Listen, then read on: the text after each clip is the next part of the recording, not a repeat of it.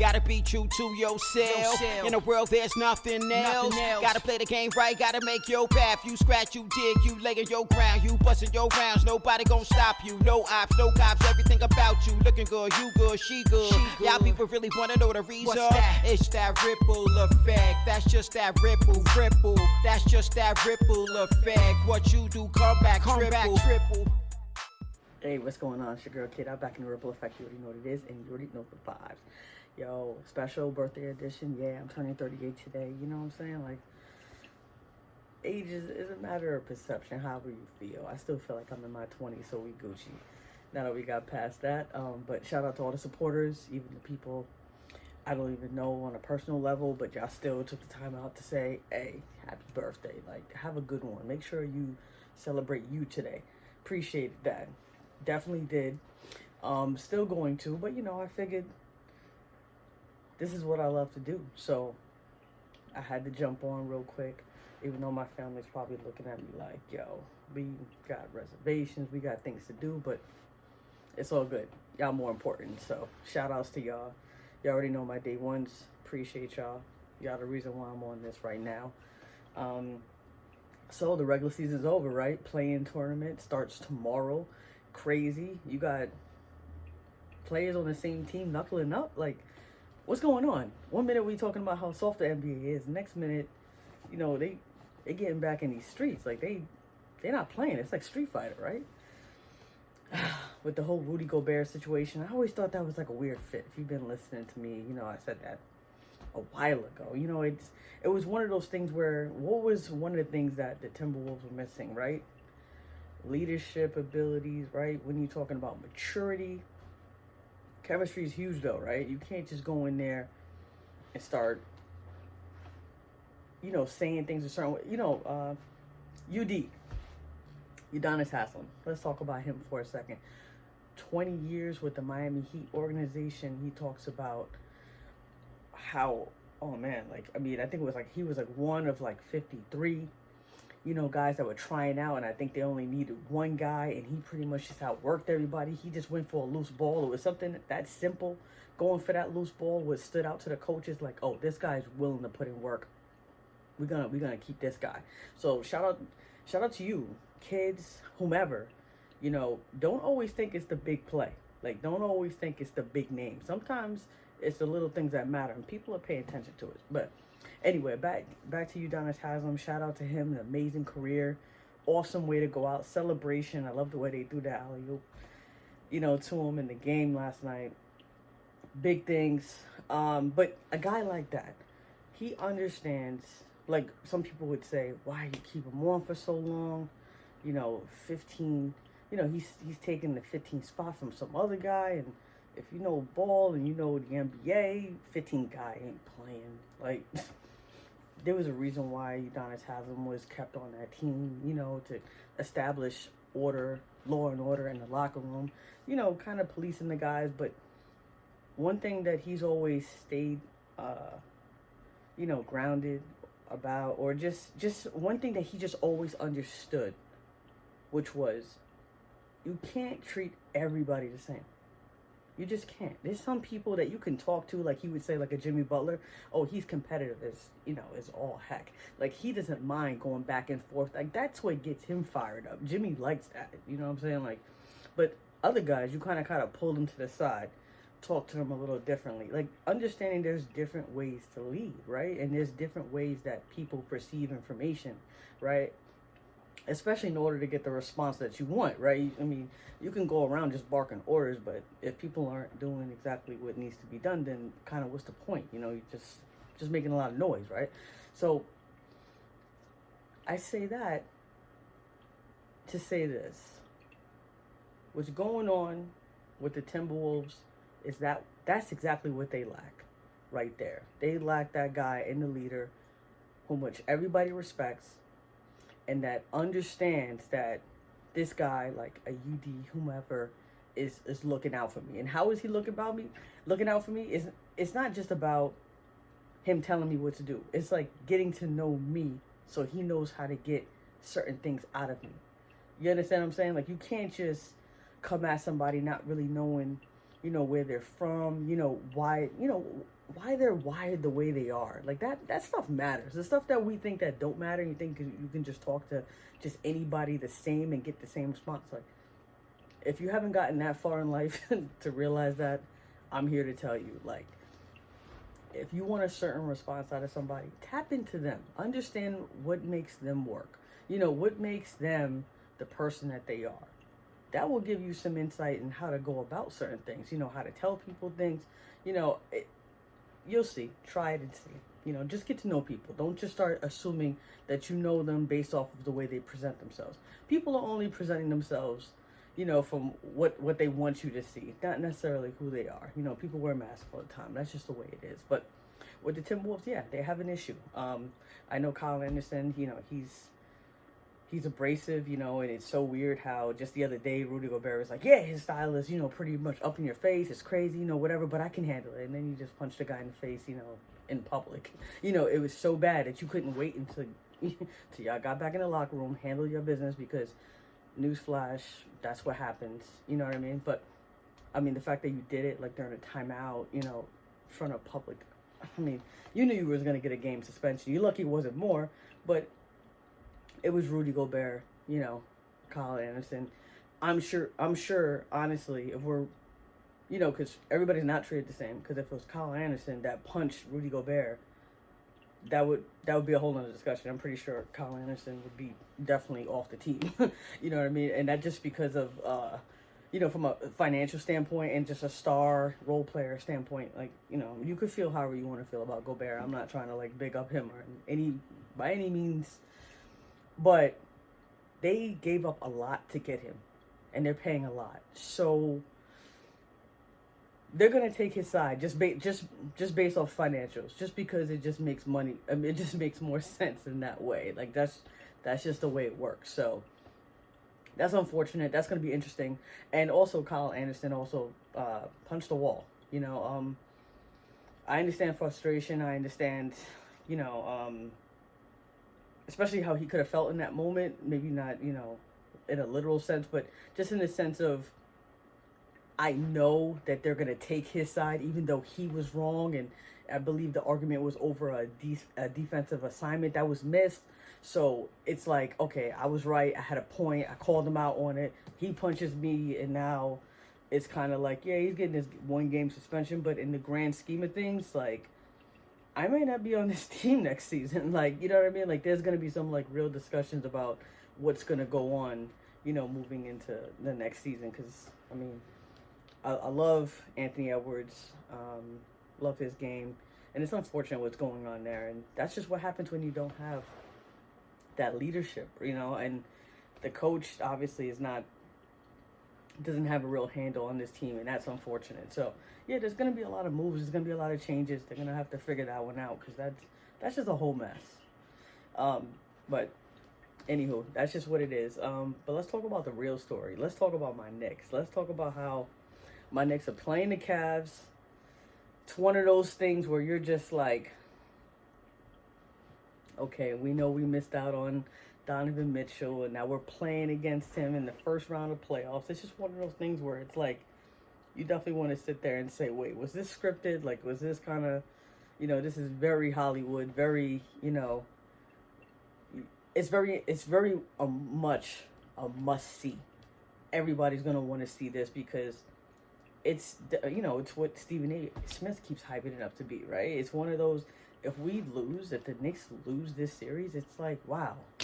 And we didn't get Donovan Mitchell, it's like, we made a mistake, But if we win, it's like, the New York Knicks organization just looks like geniuses, the way they knew the potential in Jalen Brunson, because let's face it, the Dallas Mavericks had him, and y'all saw what they did to the Suns. Y'all saw what they caught everybody off guard. And you see what happened to the Dallas Mavericks, or what's happening to the Dallas Mavericks as of right now. Jalen Brunson was a big part of that, guys. I know sometimes people just want to rush into blame for whatever, reasons, or especially if you have something against Kyrie, it's just easy to say. But I'm sorry. What's wrong with the Dallas Mavericks is definitely something that happened in the offseason. But just to get back to the Knicks real quick, the Mavericks did not realize what they had in Jalen Brunson, and I'm just so thankful as a Knicks fan that the Knicks organization did. Because I'm not gonna say that I didn't see it.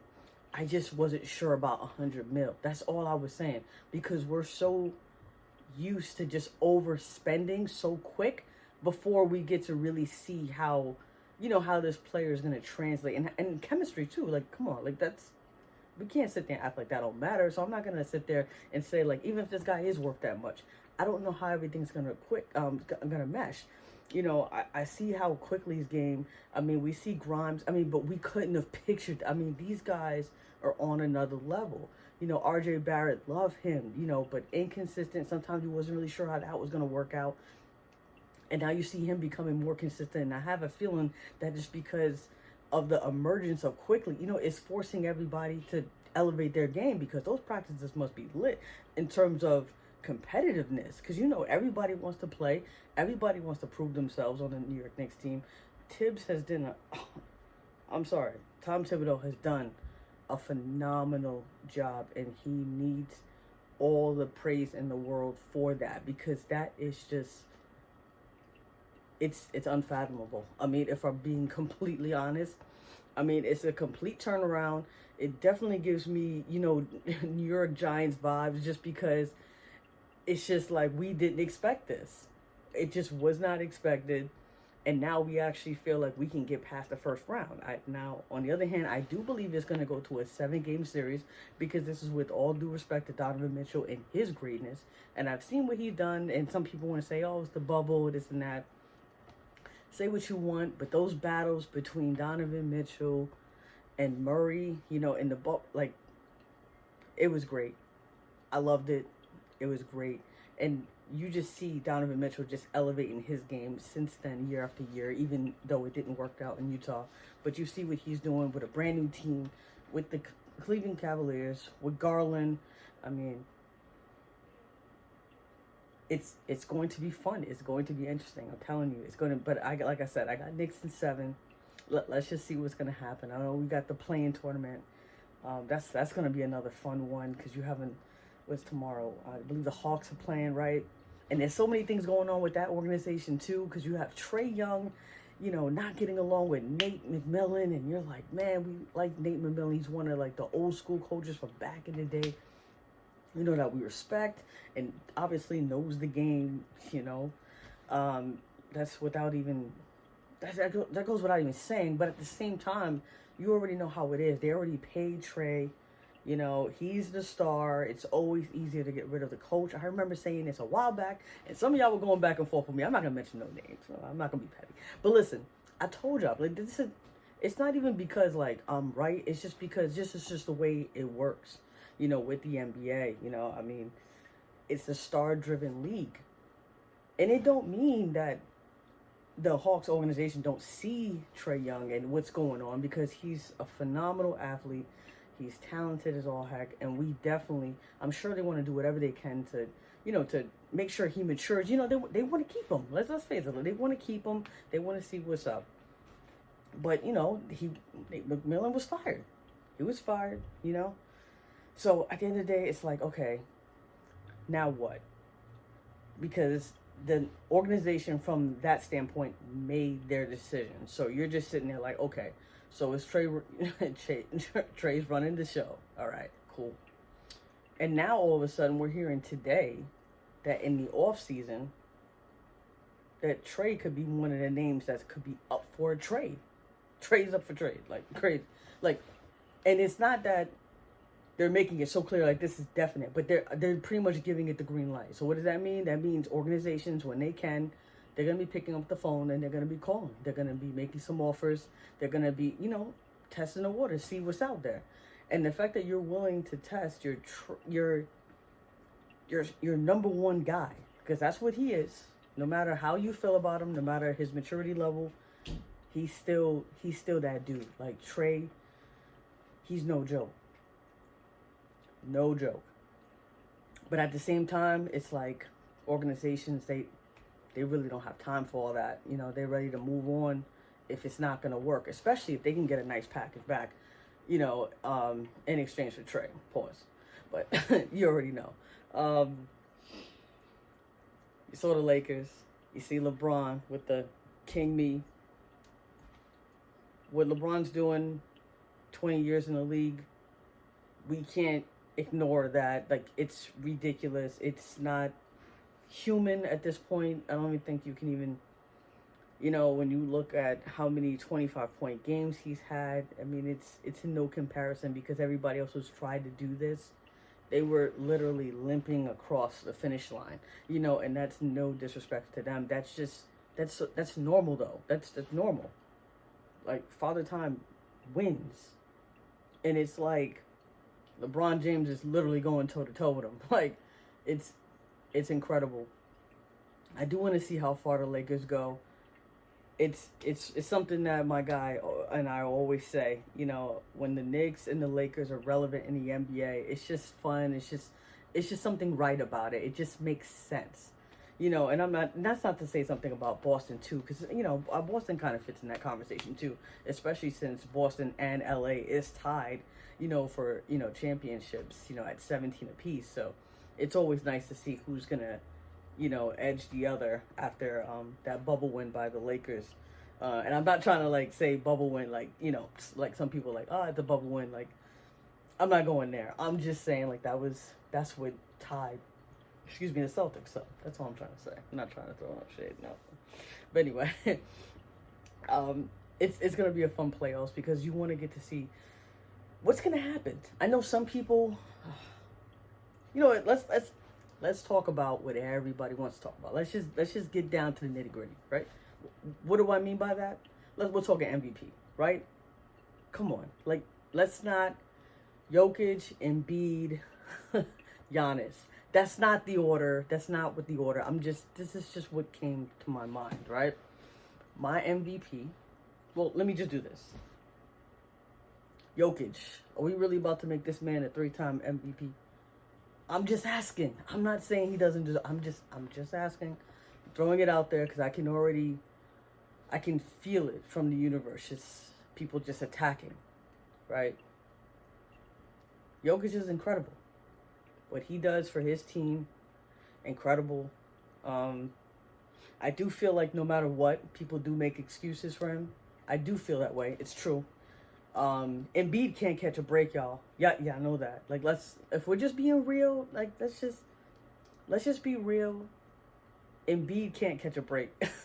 He's either not playing enough games for y'all, he can't stay healthy, or he could be injured and playing in the playoffs like a Warrior last year, and it's just no big deal. Giannis is a beast, y'all. Giannis is a beast. Best team in the league. He's the reason, but that's no knock on the rest of his team, because the rest of his team, Drew Holiday, the way they stepping up, unbelievable. That's a solid team, the Bucks. That's gonna be interesting. But what I mean to say is, this was interesting, because a lot of people are, brought this to my attention as well, and they were like, listen, if we give Jokic a 3rd MVP, we're literally calling this guy either the best basketball player to ever touch a ball. That's literally, what some people are saying. I believe DeMarcus Cousins was actually alluding to that on KG's podcast, saying that. And yes, guys, I watch all podcasts. I listen to everything. So all my information is definitely, I like to collaborate, and then I will formulate my own opinions. But this is what he's saying, right? And it's true. And he's saying also we're literally going to be calling him the best center, over Will, over, you're literally talking about, Shaq and Akeem Olajuwon, and you can keep going with all the greats and Kareem. Are we saying that? Because if we are, then let's have that conversation. And it will not go well for Jokic, with respects, because his career's not over yet. I'm just saying where he is in his career today. It's is that what we're saying? I mean, I gave him a lot of credit last year, guys. A lot. So much so that if I had a vote in the MVP last year, I was giving it to him. Why? because what he was doing without his number 1 and number 2 scorer last year, and I mean assists, rebounds, and points, it was ridiculous. Now the only knock, like if you want to, nitpick, like he's not, like a defensive threat. Like if you wanted to say that, like that was the one thing he had going for him last year, right? The one thing that you can say about him. But he played so many games. I think it was at least 70 something. I believe. Don't quote me. Don't. But he played a lot of games. It was significant enough to say, okay, he's going to be a 2-time MVP. It's just the way it was. Like sometimes that just happens. But the way Embiid has played, to me, it's just way more impressive. The way he's won, the way he's rebounded, the way he's defended, blocking. I don't know how some people say that this guy takes plays off. And if he does, I mean, he's a two-way player. He's a dominant center in the league on both sides of the floor. I mean, he's played, 69 games, I believe? He's up there. He's played a lot of games. Would hurt Giannis. If you want it, like I said, we're kind of splitting hairs here because those are the top 3 candidates that I already told you. Giannis had like 63 games or whatever because he was hurt. But Giannis was dominant. But for me personally, what I was looking for, or what I was looking from Embiid, what he needed to do, I felt like he did that. He did just that this year. Just holding it down, scoring title, right? Come on. He's doing it all. He's doing it all. I mean, his shot, he's a threat. Guys, he's a threat. He's dominant inside, outside. Like, how do you want it? Like that, I don't know what else to say. I mean, that's just for me personally. There's some people that agree with me. Steph Curry agrees with me. He said, Embiid should be, not that I'm just trying to give you a little bit of, information, but am I gonna like dog you out if you're gonna, choose Jokic? Because I kind of hate the fact that we're even basing it on, the fact that 3 in a row. I don't like that, but I guess we're so cognizant of history and how it's going to affect the future and where everything is going, because we're supposed to be looking at the season in a vacuum. Honestly, we're not supposed to be looking at their whole body of work and sitting there saying like, oh, well, they've won like 2 others, so I don't know about the 3rd one for this season. Like, no, but it is an interesting topic for conversation. But by no means, I mean, believe me or don't, but by no means am I holding it, to Jokic, the fact that this is about to be his 3rd, and that's the reason why if I had a vote, I wouldn't give it to him. That's really not the reason. If you've been watching Embiid all season, I just really, and we're talking about like that. We're not even going crazy here. It's not by a mile. Some people would say it is by a mile, but I'm not going that far because Jokic is great in his own right, and I don't like the whole, padding stats and stuff like that's so annoying because if everybody can do it, they try to do it. It's actually very difficult to do. Like to sit there and say that you're like just think about it. Like you're manipulating the game in such a way that you're able to not only are you able to get triple doubles like it's no problem, right? But you're also winning. Like your winning percentage is up, especially if you're the reason why, meaning Jokic.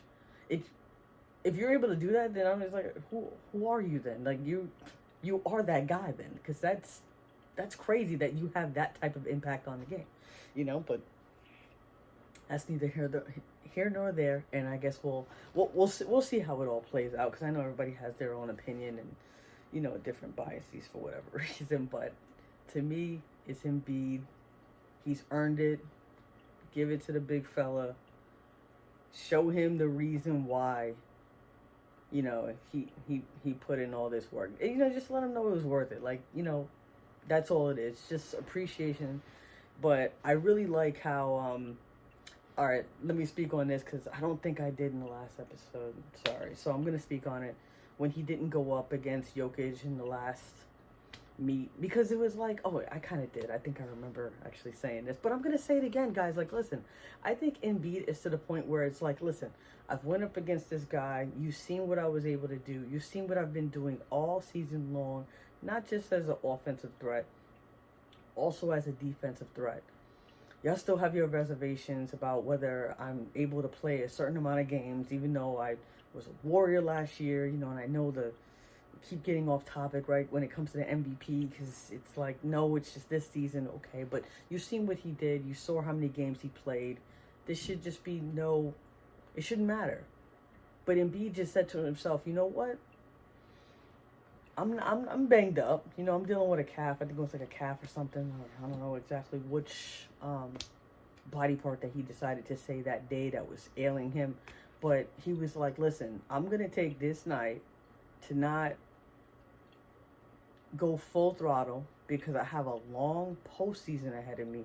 And he plans on competing for a championship. I mean, that was the whole point of James Harden taking less, right? I mean, this is how it was all supposed to be. It was supposed to come together just like this. Everybody trying to be healthy at the same time, because that's the biggest thing too. And James Harden always had that thing with the playoffs about whether he could show up and not even just show up, like show up and show out and let people know, like, listen, excuse me, I'm that dude. Like, I'm not going nowhere. I can put up double numbers, even triple doubles when I need to, when I have to win. It's all coming together, guys. So I think Embiid is after one thing and one thing only, and that's a championship. Because if he wins that championship, there's not a thing on the planet anybody can tell this man at this point, MVP or not. Because you know why? He probably would end up being the MVP of the finals. Let's say if they did. I'm not making any picks right now. Don't hold me to that. I don't need to make any picks at this point in time. But I will. Stay tuned for that. But if he did, and he made it all the way to the finals, and the Philadelphia 76ers won, Embiid would get the MVP. And I think that's what matters to him more than anything. And he knew, or at least he knows, once he gets that, there is no more conversation. There is no more conversation about who's better, at least at that point in time. Because there's always next season, right? For someone to take it away. That's just the NBA. That's just the way it is. And we can't wait. Dallas Mavericks. Wow. A lot of high hopes. A lot of people thinking that we can just manufacture success. Thought we already saw that episode in Brooklyn, right? We already saw that. When you saw Kevin Durant, James Harden, Kyrie Irving. When you saw those three, at least from Brooklyn fans, championship. Right? Like, before a game was even played with them three. That's what people said, right? Because on paper, right? Because that's what we look at. When those moves are made, that's what you look at. On paper, it's going to be hard to stop. Like, that's what you see. Okay. But we already saw that. The Mavericks. Luka Doncic is always kind of... He needs help. That was always, at least the narrative. I'm not going to sit there and say that's what he said. I don't know, but I'd imagine so. Now, I don't know how much more help he would have needed with Jalen Brunson. That we'll never know. Thank you. New York, thanks you. But they needed help. So, Mark Cuban did what any owner, any passionate owner that actually cares about the game and actually wants to see, his team win and prosper. He went out to try to find a star. Where can I find a star in the middle of the season where they just happen to not be happy, right? Lo and behold, Kyrie Irving, right? We don't need to get into all that. I think we've already kind of spoke a little bit about that. But Kyrie Irving, he's available. We just have to make a couple moves, which at the time doesn't seem like that big of a deal. You know, I know people want to say that, you know, they were firmly in the playoff race, which those brackets are really annoying to look at so early before, you know, I like to look at those like last week, you know, when it was like really close and you kind of just want to see who's going to be in the play-in and who's going to have a firm spot in the playoffs. But when you look at those things so early, it's so hard to tell, especially when you know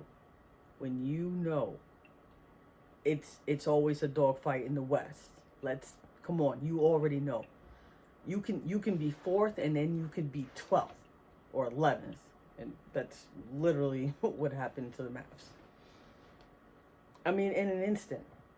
So I know you can argue that, before the trade, they were firmly in the playoffs. But that's not fair either. You know, other teams going through injuries, waiting for players to get back, you know, or adding a few cute key pieces. You know, you can't count on Golden State. I know a lot of people saw the way they were playing on the road all year long. I mean, but Draymond Green literally told you, like, whether you like him or not, he literally told you, it's hard to get out of bed in March. So what does that mean? It's true. Champions that just won, like especially a dynasty, like, they're not playing for regular season wins, y'all. Like, they're not. So if you can just logically think about that, it does make sense. You know, getting up for a game in March, that literally does nothing for them. Now, am I saying that that's responsible? That's the professional way to go about it? And no, I'm just being realistic, because that's just life. There's just certain times, you know, you're not going to be ready. You're just not going to get up for that. Like, just, you know, it's the same thing when you find out big bosses are coming into your job the next day, and all of a sudden everybody's all buttoned up, and people who come in later, early, and you know what I mean? Like, it's like, really? Okay. No, it's just when it's time to, you know, really come out and shine, you know, you got to do what you got to do. So you should have already known that Golden State was gonna come alive at some point. I know Andrew Wiggins was a question mark and you wasn't really sure, and that's fair. But you knew Gary Payton II was coming back, so you already know what a defensive presence he is. You see what Draymond Green is doing on the defensive end. I mean, a one-man band show. I mean, if you're watching him, say what you want about Draymond, but his team defense, the way he fits in that system is just, it's poetry in motion. Like, he was made for that system. Now, I know people would argue if you take him out of there and you put him on another team, things would be different. We won't know until it happens, but we can only see what's in front of us. And what's in front of me, it's incredible what he's able to do. So, meaning you can't count teams like that out. So when that last week or two, you know, for that playoff push, and you see what the Lakers are doing, like, you know, all these teams that are fighting, like, that's when these games matter. That's when you have to pay attention and sit there and say, okay, what's gonna happen? And I know there's a lot of controversy about Kyrie not playing and Luka only playing the first quarter. It was a whole mess, because why they're trying to get that top 10. Remember the pick from Porzingis? Yeah, we remember that. I don't have a short memory when it comes to Porzingis, especially as a Knicks fan, and more high hopes, you know? Like, point is, listen. I mean, I'm not really into gambling. Not. I mean, sure, do you do it? Sure, maybe once a year, but it's not really my thing. So when I hear Mark Cuban doing that with the hopes of getting, you know, the top 10 pick, with the hopes of getting Kyrie to stay, and not really understanding the relationship between Luka and Kyrie, I don't know, and just thinking about maybe the Lakers still want him, and are they gonna have enough to pay him? You know, Mark Cuban seems like he's gonna want to pay this guy. I don't know. When there's too many I don't knows, I don't get involved. Like, that is not for me. Mm-mm. And some people say it's pretty simple. Like, they understand why he did it. And, you know, I understand that there's a point in time when it's to be competitive or when to kind of hold back. Like what the Portland Trail Blazers did with Dame. And a lot of people were up in arms about it. Guys, stop. That makes complete sense. They should have sat Dame. What is Dame? Exactly are they playing for? Yeah, you can say the fans, and I'm not trying to say anything about the Portland Trail Blazers fans. Like, you guys are great. I just mean in terms of if you're trying to think long term. Why? Why are you trying to, you know what I mean? Like, why are you trying to, you saw he was out most of last season, right? Dame's not getting younger. We're being realistic. You're going to play him more so he can, you know, because once you decide to play him, he's going to play his heart out, right? Injuries are a risk. You're also thinking about, okay, so we're going to win more games, and then who are going to be able to get to play alongside Dame, even though Dame pretty much made it clear that he's not really, what did he say? I don't have an appetite, you know, to build with young guys, or, you know, something to that effect. So meaning, like, Portland is going to have a problem, you know, but so it was smart that they didn't play Dame. You already know what you're going to get out of him. You're not winning anything. Like, there's really no reason. So that kind of made sense to sit him. But at the same time, it's like, listen, it's okay to know when to shut guys down. But the Mavs, I don't know. You can say yes, no, maybe so. Yeah, and then some people can say, right, even if Kyrie did walk, right? Let's say he did, they still got a top 10 pick. Yeah, but does that mean? Okay, so now that's someone that. So Luka's already been playing there for a while, right? Made it all the way to the Western Conference Finals. It's big. And we're going to get back to the Nuggets, too, because I got something to say about that. But, so you really think he's going to want to play with a younger guy, groom him, get him acclimated to, you know, not only the Dallas Mavericks, just NBA, being a professional, the whole nine, and just hope that's just gonna push you forward, and how long? Like, what's that window of time? You know, how long will Luka be patient? Some people are already saying, you know, the reports are out there that Luka's not happy and maybe will leave, you know, after the next season. And I know Luka shut that down, but of course he shut that down because it's just not an appropriate conversation at the moment in time. But it does not mean that is not going to be, you know, a subject for conversation at some point. But, you know, for people like me, you want to start thinking early, because that stuff does matter, and don't think his agent and other people aren't already working on that and already talking, because they are, because that's just the business. They don't wait till the last minute. They may tell you at the last minute, but they ain't waiting at the last minute. Trust. Now, I say all that because look what Luka has done, right, in his career so far. And I know a lot of people don't want to hold it against Jokic with the Nuggets about not getting as far. I mean, they've been the best team, right? Jokic, 2-time, maybe 3-time MVP, and we can't get out of the second round. That, you cannot hold it against him, but I will. Because when you're a 2-time MVP of the league, you're held to a higher standard. You're not getting babied. No.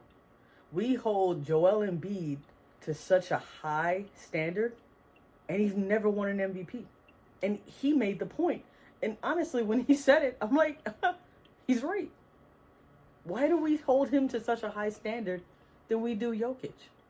And we know the mess that Embiid has to endure. And a lot of that, not even his fault. Not even his fault. But he endured. And it's gotten better. And it's literally done everything that we've asked in the process. Process. That was a happy coincidence. But really, like, let's sit there and think about that. Like, why do we hold Embiid to a higher standard than we do Jokic, the 2-time, possibly 3-time MVP of the league? Why? Injuries happen? Yeah, Embiid had them too. Not only for himself, teammates not wanting to play, you know, layups got them bugged out. I don't know, but we gotta reevaluate that. Jokic, amazing. I've been raving about him for years. But I think it would be doing a disservice to a guy that great to not hold him to a higher standard of at least getting to the Western Conference Finals. I'm sorry. That's just what it is. You're that great that I'm going to hold you to great standards. Because if you were anybody else, that's exactly what we'd be talking about. Just like we do in B. Or any other player. Or even Giannis. When we would start talking about Giannis. Giannis just happened to win already. You know what I mean? So the pressure was kind of already off him. It's like, okay, Giannis already showed us what's up. After he could have left, right? Because everybody was begging him to leave in that offseason. Coach, everything, right? Budenhauser, everything. Just be done with it. They both read up and end up with a chip at the end of the season. Let's just see what's up. I want to see Jokic games go to another level. That's for me. That's what I want to see because that's what greatness is. That's what you expect out of great players. You expect greatness. I know y'all want to talk some NFL. Dying without the NFL, right? Slowly. It's crazy, but the NFL seems so alive, even though it's obviously not. We got Odell signing with the Ravens. Who saw that coming? No, I definitely didn't see that coming. I knew it was a possibility, but there's too much mess going on with the Ravens, not playing Lamar, and maybe you agree with it, don't agree with it. Here's my quick opinion about it. I believe Lamar was not only asking for as much guaranteed money as the Deshaun Watson deal is because Lamar was a league MVP, right? You see what he does for his team. He's literally the whole offense. So you're asking him to throw, run, make plays, do whatever, doing what Lamar Jackson does best. Everything on offense. So he wanted to get paid like someone who does everything for your franchise. Makes sense, right? Cool. But them signing a guy like OBJ, knowing what he could do, and I know some people want to mention the injuries in the last couple seasons, but when healthy, you saw what this man could do. Y'all can call me whatever you want because that's my guy, and I'm going to stick by my guy, and I'm already on the internet like, is his jersey out yet? Because, I'm going to get me a Ravens jersey, but all jokes aside, like, seriously, like, the fact that the Ravens were willing to commit to OBJ in such a way, exactly what he wanted. And it was just such a head scratcher too, because it's like, wait, wasn't he on Aaron Rodgers' wish list? And it's like, wow, he wanted financial security. I know he wanted a long-term contract, but I guess he said, you know what? If I got to prove myself 1 year, y'all going to give me 18 mil and 14 guaranteed, 13, somewhere in that family, somewhere in that realm. And that's a lot. So he just said, okay. But the Jets had a chance to match what the Ravens were offering OBJ. They declined. They just said, and it's a head scratcher because it's like, all right, the Jets went out and got Lazard, Randall Cobb. They're checking off every box to Aaron Rodgers' wish list. That trade is still being held up. They're saying Aaron Rodgers, according to him, he's saying it's the Packers that's holding it up because the Jets don't want to give, they want it to be reasonable because they don't know how long Aaron Rodgers is going to play. And it's like, am I really giving up all these pieces? You know what I mean? Am I going to put my my franchise, in a really bad place if he decides, I'm going to retire after this season? Like, I get it. So it's a mess. Like I said, it's a mess right there. When it comes to that, well, there's a couple of messes, right? For being completely honest, but you see how it's like it's all connected in some sort of way, right? And then when you sit there and try to piece it apart and try to get down to it and say, wait, is it possible that Aaron Rodgers may not be going to the Jets? Is it just gonna get weirder and he's gonna retire and like sit out and then join the team? It just, right now it's just weird. Like, and I understood the reason why Jets fans were so, apprehensive to even celebrate. And I got it. Why would you celebrate when it hasn't been official? But I totally get it. Excuse me. But now that you see the Ravens making such a commitment to getting a receiver, which is something that Lamar Jackson has been needing for a very long time, it makes you think like, maybe they're still working on a deal. And if that wasn't enough to make you think that, OBJ and Lamar are already celebrating together, FaceTiming, meeting up at the club, like, making sure chemistry is good off the field. That way when they're on the field, they're clicking on all cylinders.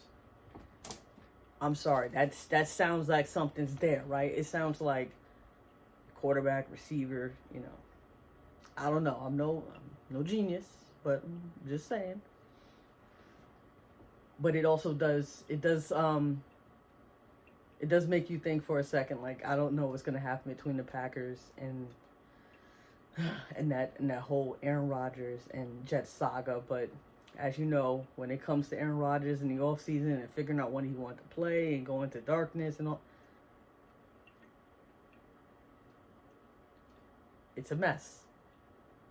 It's a mess. But we're gonna keep tuning in. We're gonna keep making sure, because if you're on my Facebook, you're on my Instagram, you already know I'm keeping you guys fully updated on everything that's been going on.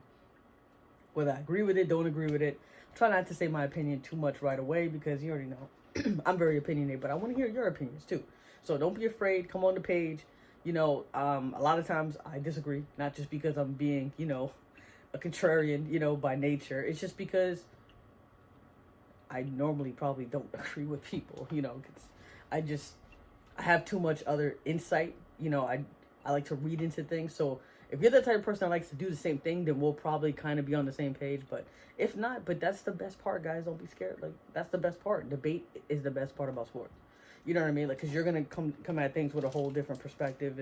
It's me, and then I can sit there and see where you're coming from. You can see where I'm coming from. We can go back and forth, and we can do it just like that. But, until next time, I only ask y'all to do one thing. Just one. Just remember this. Losses equals life lessons. Peace. Gotta be true to yourself. In a world there's nothing else. Gotta play the game right, gotta make your path. You scratch, you dig, you lay on your ground. You bustin' your rounds, nobody gon' stop you. No ops, no cops, everything about you. Looking good, you good, she good. Y'all people really wanna know the reason?